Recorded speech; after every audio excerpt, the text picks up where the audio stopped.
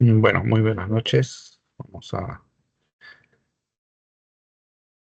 abrir consultas y bueno, iremos desarrollando algunas de las preguntas de esta semana. Ayer habíamos avanzado hasta la pregunta 5. Sí, ¿no? Hasta la pregunta 5. Entonces desarrollaremos las siguientes. Mm, mm,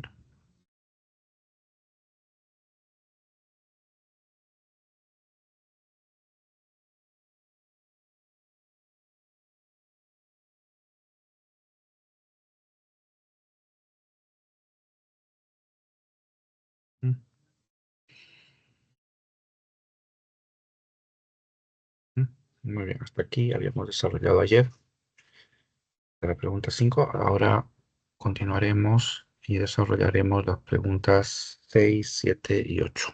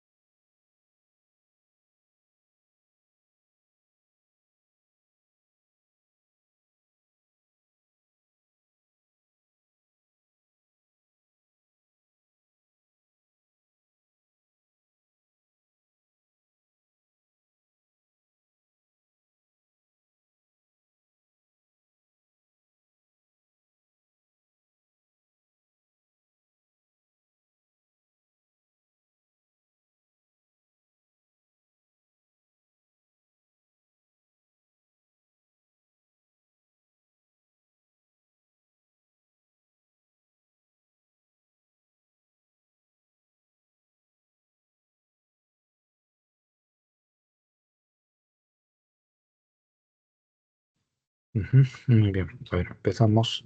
La pregunta número 6. A ver, aquí nos presenta un fragmento sobre una de las tradiciones de Ricardo Palma. Perdón, ya.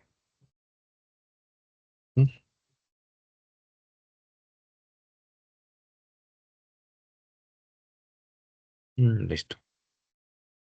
Ya. El enunciado dice, ¿no? Siempre primero el enunciado.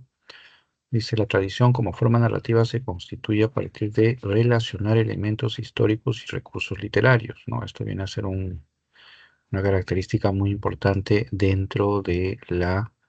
eh, dentro de las tradiciones, ¿no? El combinar elementos ficcionales con elementos de la historia, ¿no? Eso es lo que va a distinguir sobre todo las tradiciones de Palm. Muy bien, dice, en ese sentido, ¿qué función cumple el fragmento citado de Beba Padre que le da la vida, de Ricardo Palma? ¿No? ¿Qué función cumple? Aquí hay que tener muy en cuenta que se nos está preguntando, ¿ya? Con respecto a digamos, a la estructura del texto, ¿no? A la estructura y las tradiciones, ¿no? Que es uno de sus rasgos distintivos, ¿no? Porque la tradición, tal como lo diseña Palma, se va a manejar sobre la base de tres momentos, ¿no? Un primer momento que es la presentación de la historia, ¿no? Una breve introducción, una breve referencia, ¿no? A la historia, al relato que se va a contar. Luego viene lo que se conoce como el parrafillo histórico o el párrafo histórico, en el que Palma contextualiza la anécdota, ¿no? En esa parte Palma lo que busca es darle un contexto, ¿no? Un contexto a la anécdota que se va a narrar. Y la tercera parte es la anécdota en sí, ¿no? El relato jocoso principalmente, ¿no? Que Palma muestra, ¿no?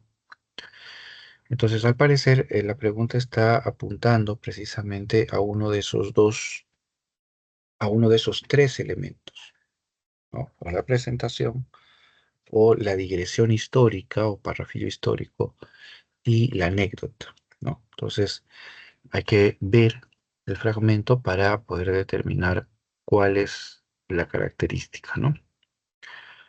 Entonces, dice, y para que ustedes no digan que por mentir no pagan los cronistas alcabala, y que los obligo a que me crean bajo la fe de mi honrada palabra, copiaré lo que sobre el particular escribe el erudito señor de Mendiburo en su diccionario histórico, ¿no? Lo que hasta ahí Palma está diciendo es eh,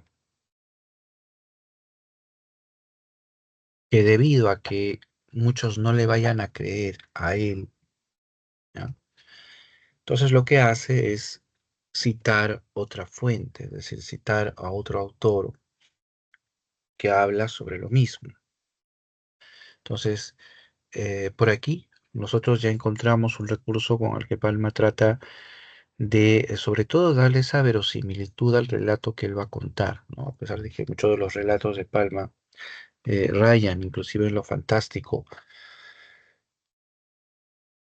el elemento de la historia es muy importante, ¿no? Tiene que estar siempre presente ese elemento que toca o viene de la realidad, ¿no? Y eso es lo que Palma está diciendo, ¿no?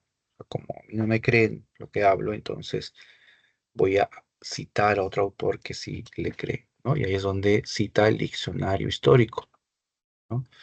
Y dice, ¿no? Cita Palma, dice, al emprender su viaje a Puno, el conde de Lemos encomendó el gobierno del reino a doña Ana, su mujer.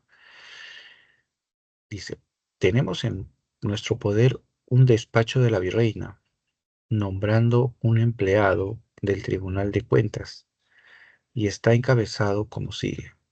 Don Pedro Fernández de Castro y Andrade, conde de Lemos, y doña Ana de Borja, su mujer, condesa de Lemos, en virtud de la facultad que tiene para el gobierno de estos reinos, atendiendo a lo que representa el tribunal, he venido a nombrar y nombro de muy buena gana, etcétera, etcétera, etcétera.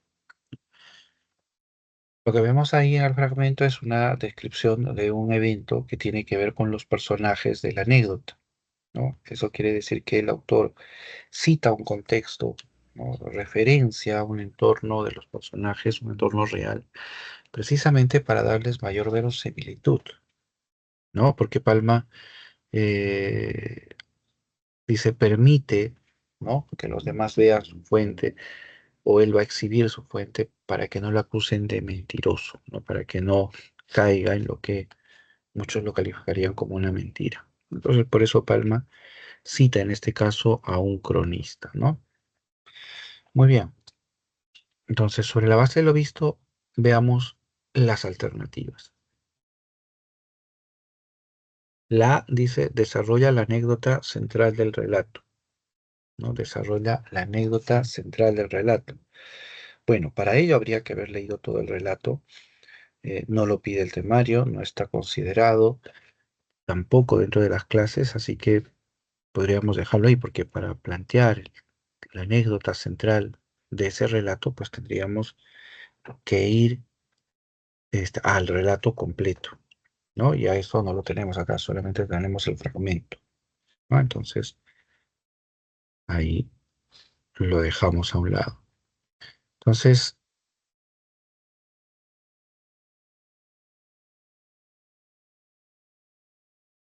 muy bien, esto no lo podemos considerar entonces. Muy bien, B. Dice, presenta, espera un segundo, Ujú. Dice, presenta a los personajes de la historia.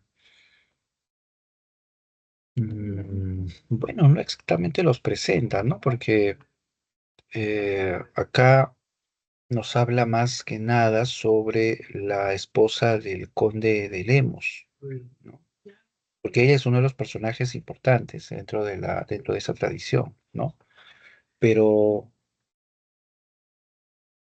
el otro personaje que va a formar parte también de esta tradición, que viene a ser el sacerdote, ¿no? O el fraile que está yendo de visita, no está ahí referenciado, ¿no? No está ahí mencionado.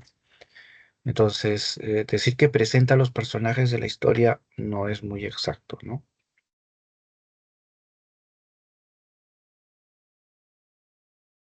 Aunque, claro, podríamos considerar, ¿no?, el hecho de que está refiriéndose al conde de Lemos. Podríamos decir que corresponde, en tal caso, a la presentación, a la estructura, ¿no?, que habíamos estado mencionando cuando describíamos las tradiciones de Palma, ¿no? Es decir, dentro de las tradiciones hay una sección que eh, nos muestra, ¿no? Nos muestra a nosotros, sobre todo esa relación, ¿no?, entre la ficción y la realidad, que es lo que va a marcar sobre todo los relatos de Palma. Ujú. Muy bien, ahí a ver un segundo. Ujú. A ver, vamos a ver por acá. Ujú. A ver, ya, correcto. Este de acá, acá. Ujú. Ujú. A ver, un segundo.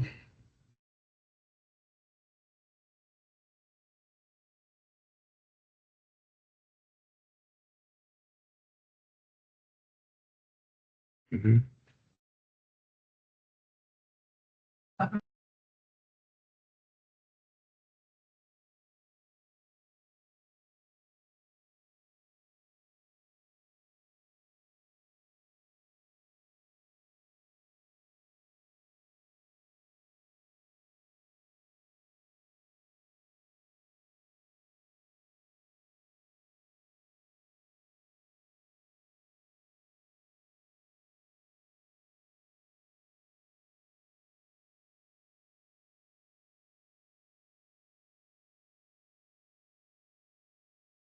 Ya, muy bien. Entonces, no va la B, ¿no? ¿Por qué no va? Porque la pregunta no nos está presentando a los personajes. En este caso está hablando solo de una, que va a ser la, la condesa de Lemos, pero no está la contraparte, decíamos, ¿no? Que en este caso es el fraile, ¿no?, que la viera visitar. Entonces, no va la B. La C dice otorga verosimilitud a la narración. Esa idea sí la podemos encontrar nosotros en el texto, ¿no? Cuando vemos acá en estas primeras palabras del fragmento, cuando el narrador dice, para evitar, ¿no?, ser cuestionado por su cercanía, por su, eh, digamos, por su forma de expresar el relato, ¿no?, lo que hace es recurrir a una fuente oficial o a una fuente reconocida. Y por intermedio de esa fuente es que él va presentando, ¿no?, la situación. Entonces, sí, ¿no? Podemos hablar de que en este fragmento el autor, ¿no?, Ricardo Palma, nos está marcando, ¿no?, eh, ese contrapunteo entre la realidad y la ficción, ¿no? Donde la realidad, los hechos de la historia, los hechos de la realidad, contribuyen con el planteamiento de la narración, ¿no? Hay una suerte de, digamos, aspecto secundario, ¿no?, eh, de otros elementos cuando lo que va a resaltar sobre todo es el elemento histórico, ¿no? ¿Qué es lo que distingue en realidad, ¿no? Sin ese elemento histórico, sin esa estructura, las tradiciones, digamos, tendrían otra dimensión, ¿no? Se acercarían más a lo que sería el cuento, por ejemplo, ¿no? Pero ese rasgo de la realidad que se incluye en el texto a través, por ejemplo, de los personajes es lo que le da, ¿no? Le imprime al relato ese tono de verosimilitud. Ujú. Muy bien. La D dice ironiza en torno al pasado legendario. Em, la ironía podría ser usado, pero en un sentido crítico, ¿no? En un sentido crítico.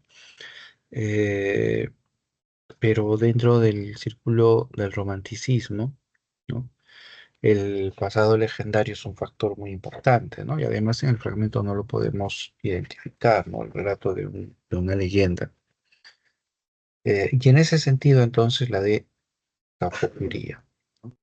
Y la E dice, predomina el carácter libresco del texto.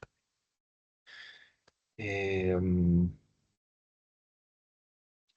claro, cuando hablamos de carácter libresco del texto es porque estamos hablando del formato del libro, ¿no? Del formato del libro, no de una publicación en internet, sino del formato, ¿no? En ese sentido, está enfatizando ahí que la forma, ¿no? La tradición es mucho más que los demás, que el resto de los elementos, ¿no? Y eso no es tampoco exacto, ¿no? Lo más relevante de las tradiciones es precisamente esa combinación entre elementos de la realidad y elementos de la ficción, precisamente. Entonces, en ese sentido, el carácter libresco no se condice con los demás elementos, ¿no? Ujú. Entonces ahí la C. Sí, muy bien. Vamos con el siguiente. A ver, lo tenemos por acá. Ujú,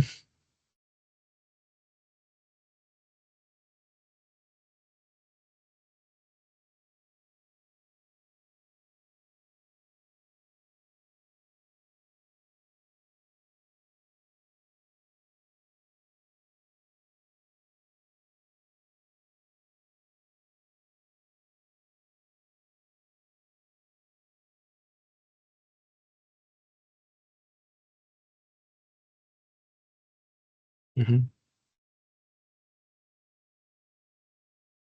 Ya, muy bien.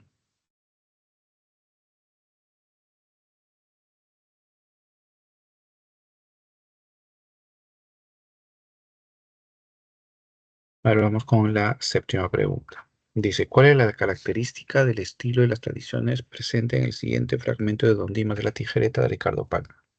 ¿No? ¿Cuál es la característica del estilo? ¿No? Cuando hablamos de estilo estamos hablando de la forma, ¿no? De la forma de la expresión, el modo en el que se va a desarrollar las ideas, ¿no? Se van a expresar, mejor dicho. Y nos pregunta sobre qué característica podría marcar, ¿no? Ese estilo de Ricardo Palma. Ujú. Entonces leemos el fragmento y dice, ¿no? Con esto, lector amigo, y con que cada 4 años uno es bisiesto, pongo punto redondo al cuento, deseando que así lenguas de salud como yo tuve empeño en darle un rato de solaz y divertimento. Muy bien, a ver, leemos. Dice, expresa sus prejuicios contra la sociedad criolla con vínculos virreinales. Bueno, Eh, quizás sí, podríamos mencionar, ¿no? En algunas obras, pero acá nos está pidiendo a nosotros una característica del estilo más que del contenido. Entonces aquí todo lo que tenga que ver con las ideas o el contenido, ¿no? Eh, no contribuye, ¿no? Tiene que ser una característica que se marque en la forma, en el estilo de escritura, por ejemplo.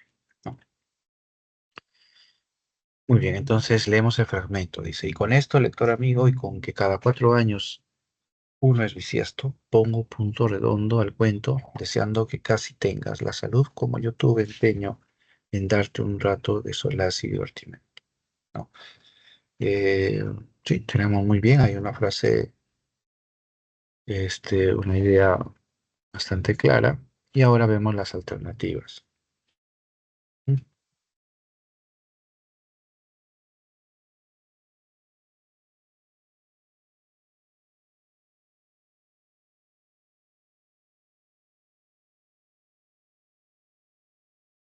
Ujú. Ya, y dice entonces, ahora vamos a ver las alternativas. Dice, expresa sus prejuicios contra la sociedad criolla con vínculos virreinales. Eh, bueno, Palma, a través de las tradiciones podríamos detectar que expresa, ¿no? Un prejuicio o sus prejuicios. Podría establecerse quizá en alguno, ¿no? Pero que sea parte del estilo, es decir, de la marca de escritura, del grupo, no, no, no iría, ¿no? Más todavía cuando se menciona esa relación entre los grupos, ¿no? La sociedad criolla con los vínculos virreinales. Entonces, por ese motivo, sobre todo, podemos descartar, ¿no? La alternativa A. ¿Mm? Vemos la B, dice, muestra una actitud sarcástica con la imagen del lector a quien menciona.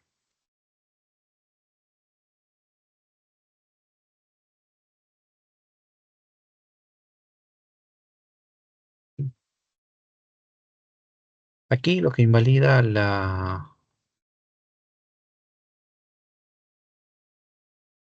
alternativa es la presencia o la alusión al yo romántico, ¿no? Al culto del yo romántico, a la exaltación del yo romántico, ¿no? Que es lo que va a distinguir sobre todo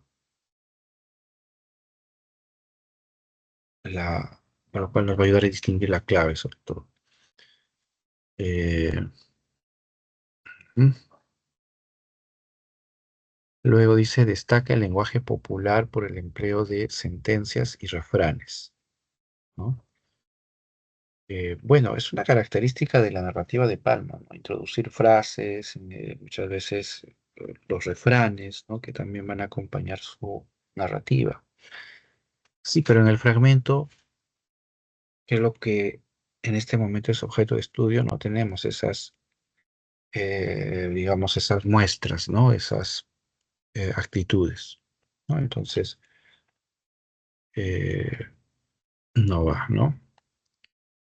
Luego la D destaca el lenguaje popular por el empleo de sentencias y refranes, ya lo vimos, no lo emplea, o sí lo emplea, mejor dicho, pero en este caso no vemos evidencia, ¿no? De que él aluda a alguna sentencia o refrán.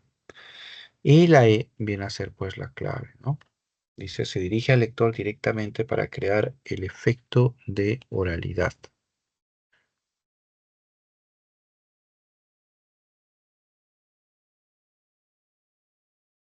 Entonces, sí, ese es un rasgo del estilo, ¿no? De la manera como escribe Palma, ¿no? Cuando uno se acerca a las tradiciones de Palma, observa la anécdota, sí, pero ella está envuelta en muchos elementos que, digamos, expresan una connotación infantil, ¿no? Una connotación, de juventud, ¿no?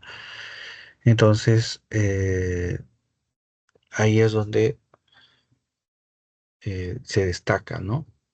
Ahí es donde se destaca el estilo, ¿no? De la tradición de Palma en la introducción de la oralidad, porque muchas de las leyendas de Palma, perdón, de las tradiciones de Palma, él las recoge de anécdotas, ¿no? Y es a partir de esas anécdotas que él va armando, ¿no? Las tradiciones.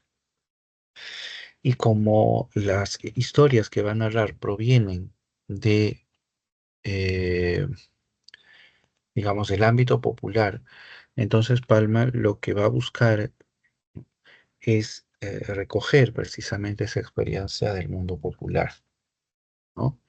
el lenguaje, los modismos, etcétera. Eso es lo que se espera recoger, ¿no? Y así lograr crear el efecto de oralidad, ¿no? Que es lo que se destaca ahí. Ujú. Muy bien, vamos con la 8.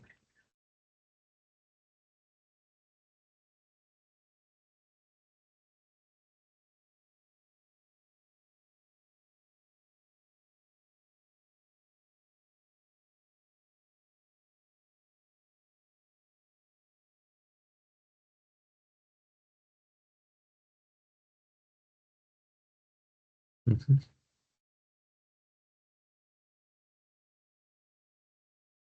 Ah, ya está. Ujú. ¿Qué tal, Calderón? ¿Cómo estás? Solange, ¿no? ¿Qué tal? ¿Cómo estás? Shulai también, buenas noches. Si tienen alguna pregunta, bienvenido. Lo estaba comentando nada más las preguntas de esta semana. Bien, buenas noches, Shulai también. Ujú. Si tienen alguna pregunta, alguna duda, alguna inquietud, bueno, este es el momento, ¿sí? Si no, vamos desarrollando las preguntas de todas maneras. Ya estábamos acabando, estábamos llegando a la octava pregunta.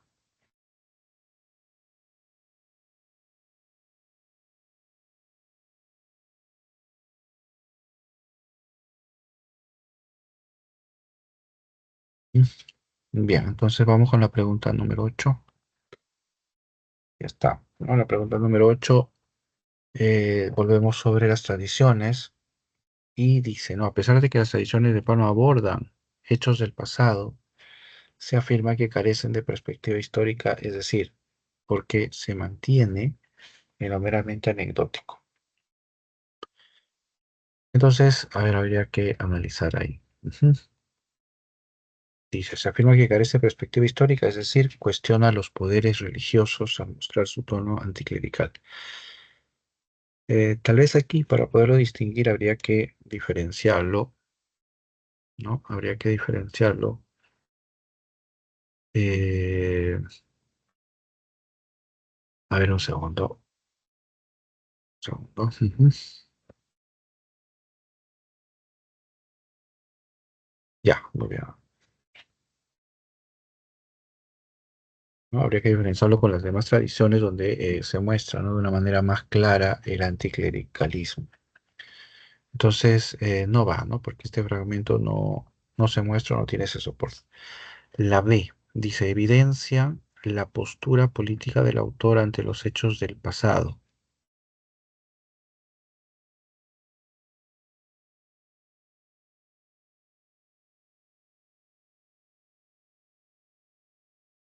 Eh, bueno, la B es un enunciado que podría, digamos, cotejarse, ¿no? Pero lo que en realidad es que se está refiriendo, eh, acá, ¿no? Acá en el enunciado se está hablando de perspectiva histórica, ¿ya? No está hablando de otra idea o de otra situación. Entonces, habría que ver la definición. Entonces, lo que se espera es eso, ¿no? La definición. La A ya lo respondimos, la B evidencian la postura política del autor ante los hechos del pasado, ¿no? Ahí habría una contradicción, ¿no? Porque si dice que carecemos de perspectiva histórica, entonces en la B no podría hablar de que, em, dice, se evidencia en la postura política del autor ante los hechos del pasado. Tampoco sería, ¿no? Por esta idea. Ujú. A ver, ya.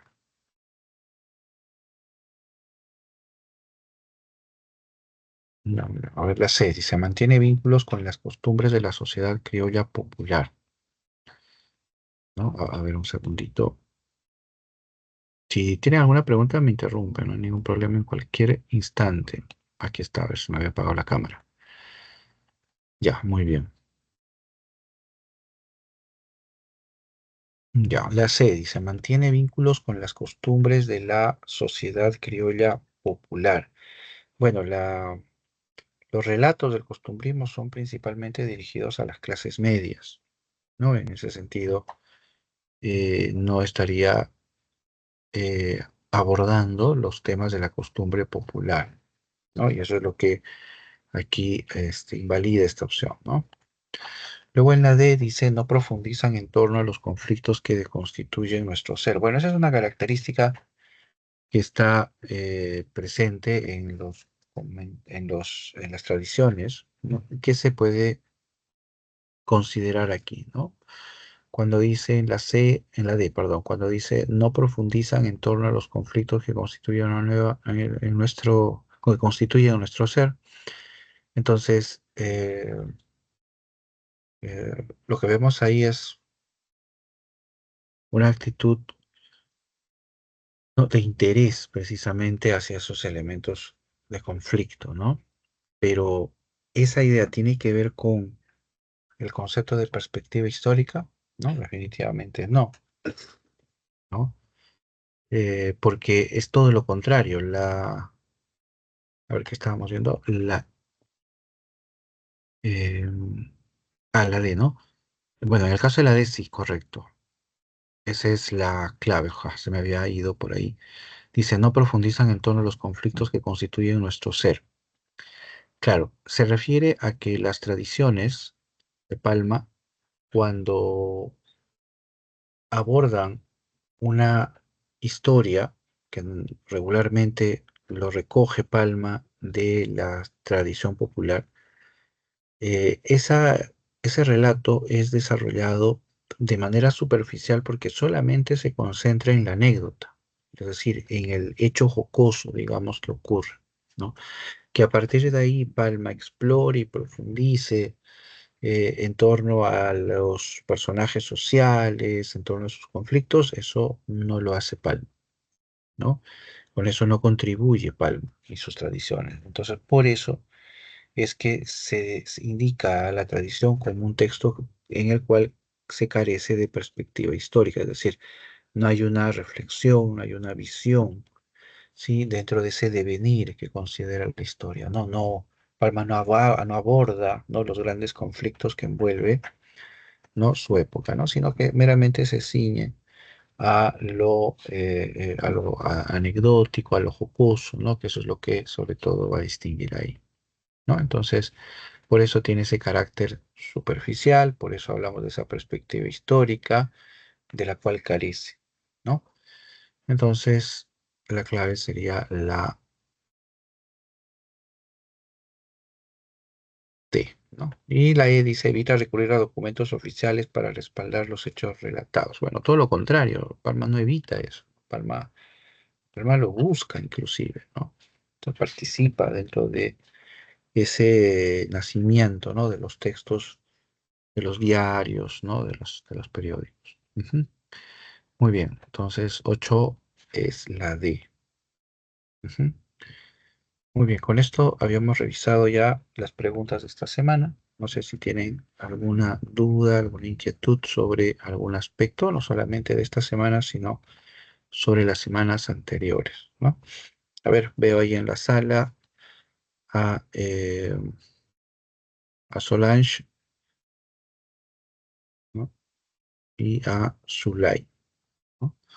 Muy bien, no sé si hay alguna pregunta, alguna duda, no solamente sobre los ejes de esta semana, sino también pueden ser de semanas anteriores. ¿Sí? A ver, estamos atentos.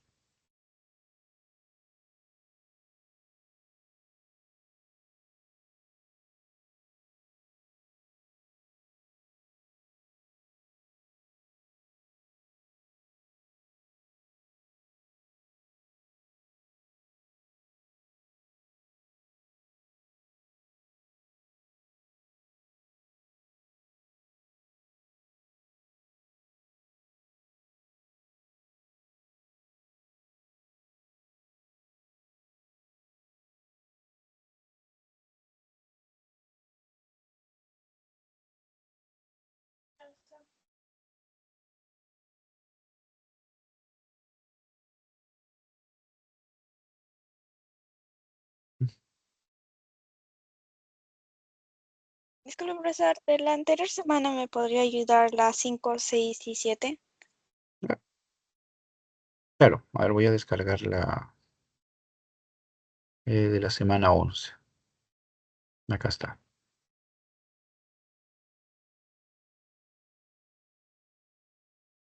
Me dices de la semana 5, 6 y 7.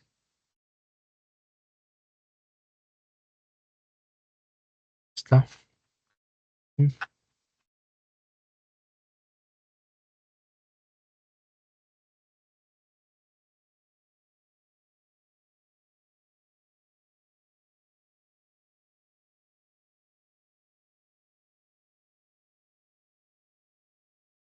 ya, muy bien. Aquí, ¿la duda es puntual o, digamos, en general la pregunta, lo que te despierta la curiosidad? La general. Ya. Bueno, entonces, a ver, lo comentamos, ¿ya? Lo resolvemos también. En el caso de las 5, nos pide a nosotros identificar una idea, ¿sí?, sobre lo que la obra informa, es decir, cuál es el tema sobre el cual la obra está refiriendo, ¿no? Entonces, para ello, nos pide cotejar con el fragmento, ¿no? Como para tener una, una base con la cual contrastar. Dice entonces, matáronle cruelísimos haciéndole cuartos y tasajos, no se sabe dónde lo echaron, créese entre los indios y que se lo comieron de rabia. Bueno, ya está hablando como una suerte de castigo que alguien ha padecido, ¿no? El padre Acosta dice que lo quemaron. Bueno, ¿a quién se estarán refiriendo? Dice, también toca Zárate la diligencia y presteza que 94 de los correos hemos dicho, y entonces la hubo mayor, porque mandó a Atahualpa que el aviso de la muerte de Huáscar se la diesen por las ahumadas o llamaradas, que de noche o de día hacían los chasquis con semejantes avisos, para mayor presteza. Y esta fue la causa que no se pudiese averiguar después si el llanto de Atahualpa y aquellas apariencias de dolor y tristeza habían sido antes de o después de la muerte de Huáscar, ¿no? Muy bien, ahí está claro los personajes, ¿no? Huáscar, Atahualpa. Los españoles que cita son solamente, digamos, casi incidentales, ¿no? Porque son los autores de las obras, ¿no?, de unas crónicas a las cuales perdón, Garcilaso también recurría, ¿no? Muy bien, pero centrémonos en el contenido temático. Entonces dice, el contenido temático aborda sobre dice, la llegada de Almagro a Cajamarca y la muerte de Atahualpa. Bueno, acá se habla de que alguien murió, pero no es Atahualpa, ¿no? Porque Atahualpa, el texto lo describe como, eh, digamos, el ejecutor al final de Huáscar, ¿no? La B, entonces, no es pues la A, porque la referencia a la muerte de Atahualpa, inclusive, ¿no?, la referencia a Diego de Almagro, invalida, ¿no? Invalida esta alternativa, ¿no? Ujú. Vamos con la B. Dice, el apresamiento de Atahualpa en la Plaza Mayor de Cajamarca. Bueno, está por ahí, pero en el párrafo no se describe la Plaza de Cajamarca, no se menciona también, ¿no?, el apresamiento de Atahualpa, ¿no? Entonces, la B no va, ¿no? Definitivamente no va porque tiene varios elementos que no encajan, ¿no? Que no encajan. La C dice la muerte de Huáscar presumiblemente por orden de Atahualpa, ¿no? Ya eso está mucho más cercano, ¿no?, al fragmento, porque vemos ahí cómo habla de los preparativos, ¿no? Que era lo que había ordenado Atahualpa, ¿no? Sobre la muerte de Huáscar, ¿no? Y al final se le comunica, ¿no?, a Atahualpa que Huáscar había fallecido. Entonces, se nos permite sospechar, dice acá, la muerte de Huáscar presumiblemente por orden de Atahualpa, ¿no? Claro, entonces ahí lo que nosotros estamos es centrándonos precisamente en los hechos que están narrados en el fragmento, ¿no? Y ahí es donde se habla de la muerte de Huáscar, que Atahualpa esperaba con ansias, ¿no? Y todo ese contexto nos da a entender que Atahualpa había matado a Huáscar, ¿no? ¿Cuáles son exactamente esos elementos? Uno, literal, ¿no? Matáronle cruelísimamente. Se está refiriendo a Huáscar. Y el otro dato que nos permite inferir también en ese sentido, em, es esta última frase donde dice, y esta fue la causa que no se pudiese averiguar después si el llanto de Atahualpa y aquellas apariencias de dolor y tristeza habían sido antes o después de la muerte de Huáscar, ¿no? Es decir, con ese fragmento se está insinuando, ¿no? Que en primer lugar Atahualpa ya sabía que algo le iba a pasar a Huáscar, ¿no? Sabía que lo iban a matar, ¿no? Entonces, ¿cómo él actúa? Pues actúa sobre todo mostrándose él como el principal interesado, ¿no? Entonces, sí, no va en la C. La D dice el cuestionamiento que realiza el padre Acosta al cronista Zárate, ¿no? Se menciona al padre Acosta y a Zárate, pero no para confrontarlos o cuestionarlos directamente, sino que los toma como ejemplo, ¿no? O mejor dicho, como fuentes que un poco que contextualizan, ¿no? El ambiente, el espacio de la anécdota que luego va a narrar. Pero no hay una confrontación entre Acosta y Zárate. Y la pugna entre los hermanos Huáscar y Atahualpa por el trono. Eh, ahora,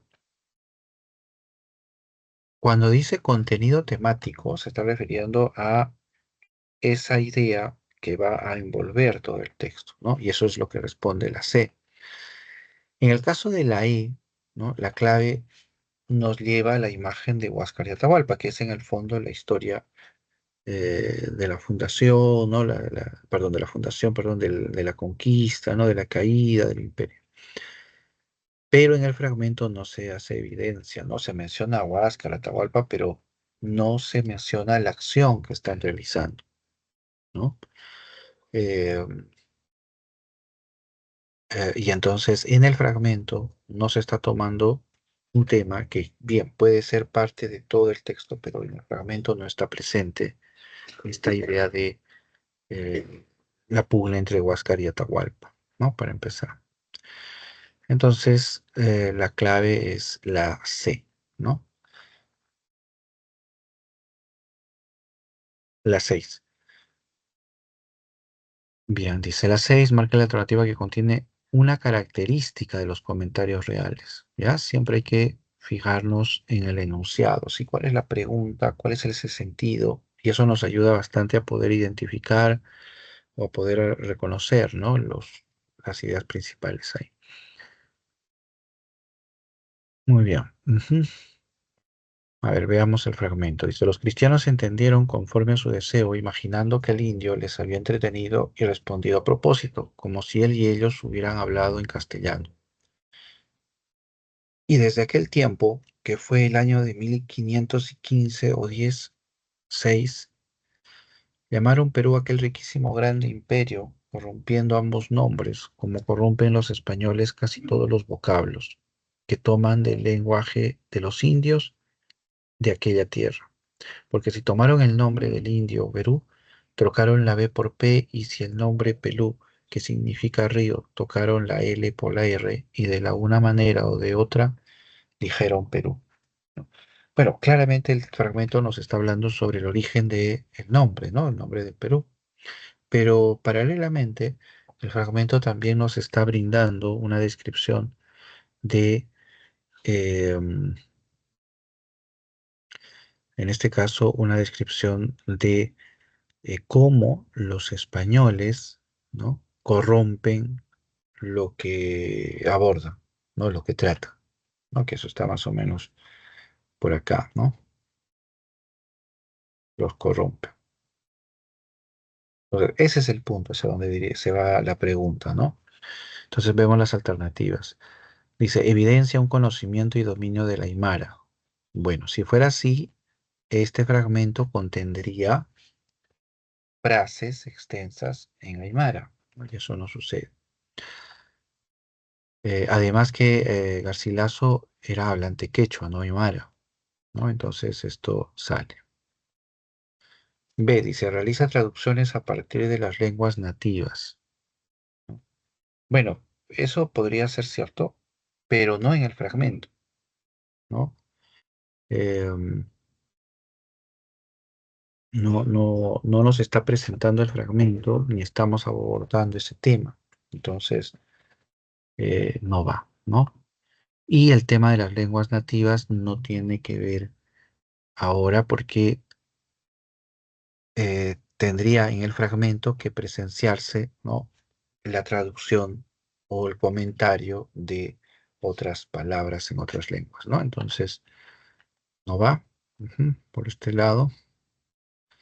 Luego C dice, exalta sus orígenes españoles e indígenas, ¿no? Bueno, eso no lo vemos en el fragmento definitivamente, ¿no? El fragmento simplemente está describiendo sobre el problema del origen de la palabra Perú, nada más, ¿no? No reflexiona sobre sí mismo. Eh, entonces no está refiriendo sus orígenes españoles o indígenas, ¿no? La D dice, compone un retrato detallado del conquistador. Bueno, aquí no se está hablando de ningún conquistador, al menos, de modo directo, ¿no? Y ahí el distractor pareciera que estuviera refiriéndose al papá de Garcilaso, ¿no? Pero no va, ¿no? No va porque eh, no se constituye, ¿no? Eh, ese retrato, ¿no? No se forma ese retrato. Y la E dice, muestra el ánimo de criticar a los otros cronistas, ¿no? Bueno, y eso es lo que podemos percibir, ¿no? Cuando, por ejemplo, dice que los españoles corrompen. Ahí eh, está cuestionando lo que los españoles entienden y proclaman, ¿no? En los comentarios, esa es una práctica bastante recurrente de Garcilaso, ¿no? El de Disculpe, ¿qué cuestionar. son cronistas? Cronistas, ¿Qué? ya. Los, lo voy a responder así para definir el objeto que producen, ¿ya? El cronista es el que escribe una crónica. ¿Y qué es una crónica? Una crónica es un documento, ¿sí? Narrativo donde el cronista redacta los hechos, los acontecimientos, la historia, ¿no? De ese lugar que está visitando, ¿no? Entonces los españoles, al llegar aquí a América, primero empezaron a conocer el entorno y luego a registrar ese nuevo conocimiento para enviarlo a España, ¿no? Porque en aquella época el único medio de conocer, ¿no? Lo lejano era a través de la experiencia en vida, ¿no? Em, ahora, ahí es donde ingresan los cronistas en aquella época, ¿no? Porque los cronistas van a ser los encargados de describir ese nuevo mundo, ¿no? Y así como Garcilaso, en ese periodo hay muchísimos cronistas, ¿no? Cuyo principal objetivo es dar una visión de este mundo a Europa, ¿no? Entonces, resumiendo, cronista es aquel que relata, ¿sí?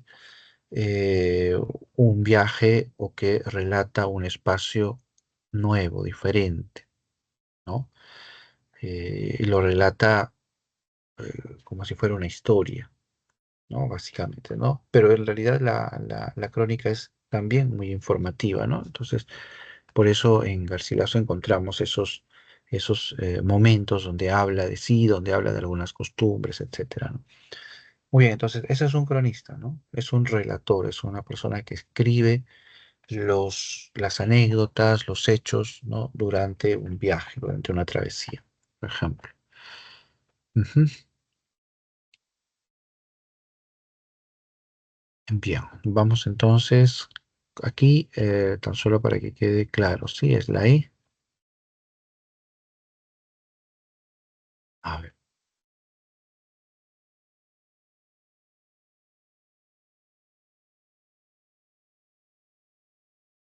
Ya, muy bien. Y vamos con la 7. En la 7 dice, ¿qué característica del costumbrismo peruano podemos identificar? ¿No? Característica del costumbrismo peruano.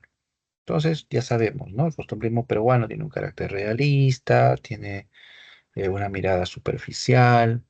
El costumbrismo peruano se sostiene sobre la base de la crítica, la pugna, de ahí que el, la sátira, ¿no? sea un rasgo distintivo del costumbrismo en el Perú. Muy bien, entonces veamos el fragmento para ver qué características está mostrando. Dice, llega el día de la partida, qué bulla, qué jarana, qué Babilonia, baúles en el patio, cajones en el dormitorio, colchones en el zaguán, diluvios de canastos por todas partes. Todo sale por fin y todo se embarca, aunque con bastante trabajos, marchan don Gregorio, acompañado de una numerosa caterva, a la vez que pertenecen también con pendones y cordón de San Francisco de Paula, ¿no? Las amantes hermanitas, que solo el buen hermano pudieron hacer el horrendo sacrificio, ajá, de ir por primera vez al Callao, ¿no? Está narrándonos un fragmento de este relato titulado El viaje, donde un personaje, don Gregorio, ¿no? Es llamado a través de un diminutivo, ¿no? Le dicen Goyito. Y el relato nos presenta, ¿no? los hechos que tienen que ver con, con ese viaje que va a realizar el personaje, ¿no? Goyito, don Gregorio. Bien, entonces, ¿qué característica del costumbrismo encontramos en ese fragmento? Dice, la condena a la política y la milicia. Bueno, mm, hay algo más sobresaliente que ese aspecto, ¿no? Porque en el fragmento no habla de política el autor, ¿no? No habla de política, se concentra exclusivamente en el aspecto este, anecdótico, ¿no? Y ahí es donde aflora precisamente esa característica satírica del costumbrismo. Entonces, no va la A. Luego dice un enfoque netamente criollista. Ya eso pareciera, ¿no? Pareciera. Pero cuando dice netamente, es como cuando indica, ¿no? Siempre, ¿no? Que es recurrente, ¿no? Pero eso, como sabemos por experiencia, no es así, ¿no? En el costumbrismo se presenta, ¿no? Perspectivas, ¿no? Y una de ellas, obviamente, la importante es el de el criollismo, ¿no? Pero que, repito, no está presente en el fragmento. La configuración de personajes fantásticos. Bueno, ahí de plano eliminamos esa alternativa porque recordemos que el costumbrismo tiene un carácter realista, ¿no? Tiene un carácter realista. Muy bien, y dice un evidente tono satírico. Bueno, ese es el punto, ¿no? Esa era la respuesta. Y aquí lo que sobre todo va a significar algo muy importante, ¿no? Es esa sátira que presenta el costumbrismo del Perú, ¿no? El costumbrismo, como ya lo habíamos estado describiendo, viene de Europa, luego se asienta aquí y va a influenciar el Perú. Y llega de una manera tardía, pero los elementos básicos estructurales de ese estilo satírico, sarcástico del texto de Manuel Asensio es lo que precisamente va a distinguir al discurso costumbrista, ¿no? La sátira, ¿no? Emplea los recursos para cuestionar o atacar a un personaje. Ujú. Entonces, en ese sentido, la clave era la D, ¿no? Era la D. Ujú. Ahí está. Ujú. Muy bien. Ujú. Seguimos entonces. No sé si hay alguna pregunta más. A ver, vamos a ver en el chat.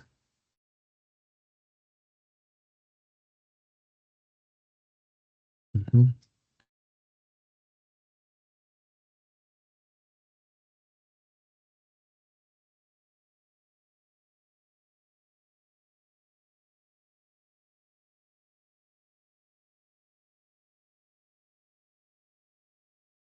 Ujú, muy bien, muy bien. Solange, si deseas hacer una pregunta, bienvenido.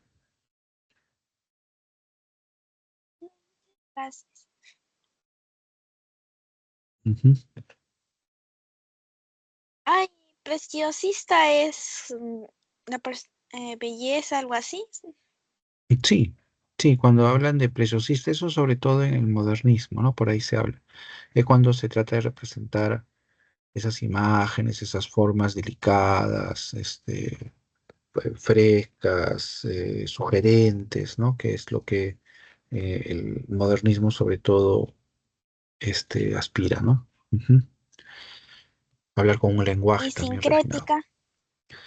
Ah, esa palabrita que la hemos visto varias veces. Ya, sincrética viene de síntesis, ya, o se vincula. Entonces, tú apenas escuches sincrética, inmediatamente, como si fuera un sinónimo, piensa en síntesis, ¿no? ¿Y qué es exactamente el sincretismo? Es la fusión de elementos culturales, ¿no? La fusión, la unión, ¿no? Y es un término, ¿sí? Este tema del sincrético para describir en gran medida nuestra realidad, ¿no? Que es una realidad contrastante, que es una realidad de varias formas, ¿no? Entonces, se va también por esa misma línea, ¿no? Ujú, muy bien. ¿No? El sincretismo, que es una característica, lo vimos en el modernismo, ¿no? Y sería una de las principales características del modernismo, porque si el modernismo no fuera sincrético, no tendría esa capacidad creativa, ¿no? Ujú, muy bien, Gracias, profesor. gracias a ti.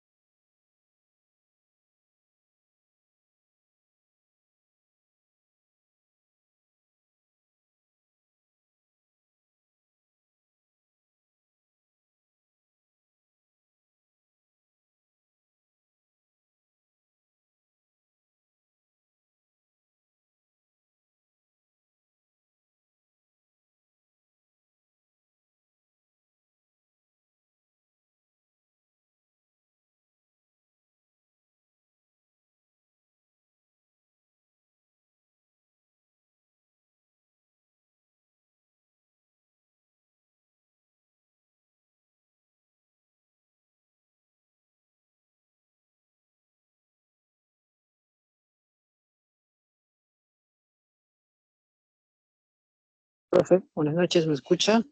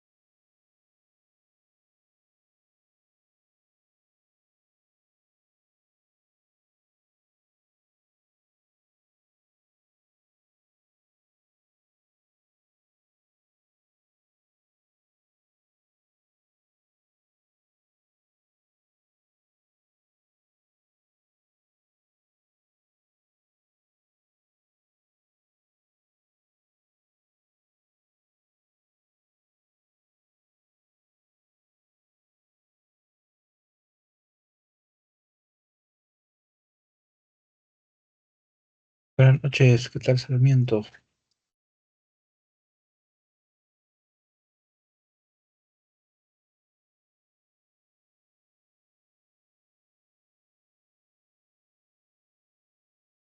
Buenas noches, Einer. Bienvenidos. Si tienes alguna pregunta.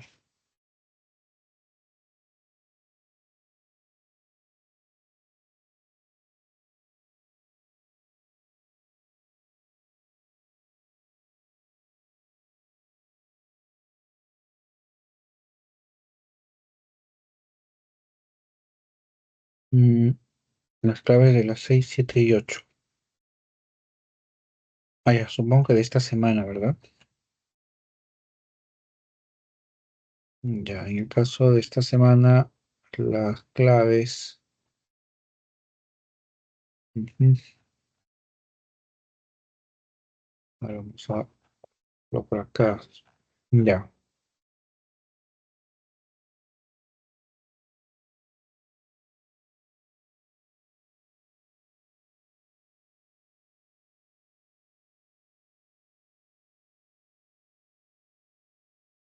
Bien. Acá la 6, la clave era la C, ¿no? La clave era la C. Otorga verosimilitud a la narración, ¿no? Ese fragmento contribuye a darle mayor credibilidad, mayor verosimilitud, mayor, eh, digamos, vincularlo, ¿no? Con ese elemento de la historia. La 7, la clave era la I, ¿no? Se dirige al lector directamente para crear el efecto de realidad, ¿no? Eso lo podemos ver desde el inicio, ¿no? Con esto lector amigo, ¿no? Se está casi, casi como si estuvieran conversando, ¿no? Y de ese modo va creando esa situación de comunicación oral, ¿no? Que es lo que va a distinguir sobre todo también acá, ¿no? Ujú. Y la 8, la D, ¿no? La D porque al costumbrismo no se le puede exigir una visión profunda, detallada de los hechos sociales, como se ocurre, por ejemplo, en el realismo, ¿no? En el costumbrismo esa cuestión es mucho más anecdótica. Entonces, de ese modo, la mirada costumbrista cae en lo superficial, ¿no? En lo superficial. Por eso hablamos de que carecen de perspectiva histórica, ¿no? O sea, no tienen una visión completa, general de los hechos, sino meramente fragmentada, ¿no? Porque al final las tradiciones es eso, ¿no? Son solamente un conjunto de anécdotas, nada más, ¿no? Entonces la 8 sería la D, ¿no? Esa sería la clave. Ujú. Muy bien. Pero mi internet estaba mal. ¿Puede repetir desde las 6, por favor?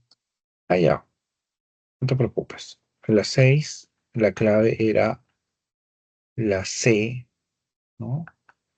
Porque dentro de los elementos de las tradiciones hay este párrafo histórico, este párrafo de digresión, donde los elementos de la historia, los elementos del relato que nos va a contar Palma, se contextualizan, ¿no? Con el ánimo de darles verosimilitud, ¿no? De demostrar que realmente pasó, sucedió. Esa es más o menos la idea, ¿no? De la digresión histórica, ¿no? Demostrar que ese hecho que se va a relatar aconteció. Entonces, por eso hablamos de otorgar verosimilitud. Verosimilitud es un concepto que refiere lo que aparenta certeza, ¿no? Cuando decimos algo es verosímil, ¿no? Tu discurso es verosímil es porque tiene esa apariencia de verdad, ¿no? De certeza, ¿no? Aunque no lo sea, ¿no? Pero tiene esa apariencia, ¿no? Y eso es lo que sucede en el caso de las tradiciones y los párrafos donde se describe el contexto de la historia, ¿no? Entonces, la clave la C en ese sentido. Ujú. Muy bien.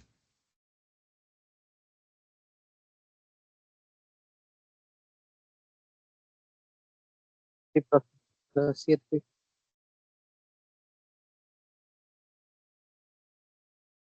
Ujú. A las 7, ¿no? Te escuché.